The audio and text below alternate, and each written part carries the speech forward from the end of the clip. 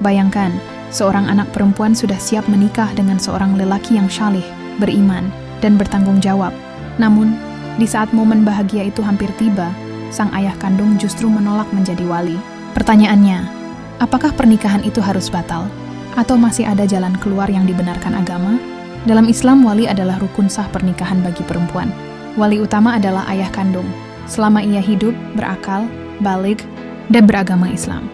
Menjadi wali bukan sekadar formalitas, tapi amanah besar yang diikat dengan tanggung jawab di hadapan Allah.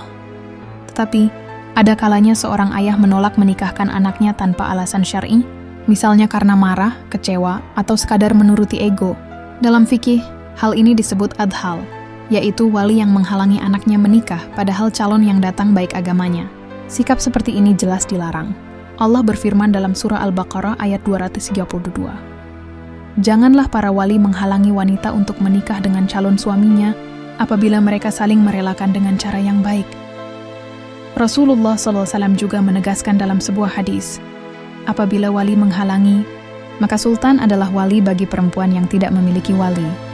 HR Abu Dawud dan Tirmidzi. Artinya, jika seorang ayah menolak tanpa alasan yang benar, maka hak perwalian berpindah, bisa kepada kakek, saudara laki-laki sekandung, paman, atau wali nasab lainnya. Dan bila tak ada satupun wali nasab yang memungkinkan, maka wali hakim dalam konteks Indonesia adalah penghulu di KUA berhak menikahkan.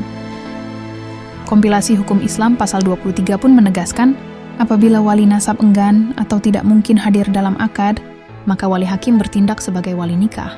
Bahkan di Indonesia, pihak KUA akan melakukan pemeriksaan.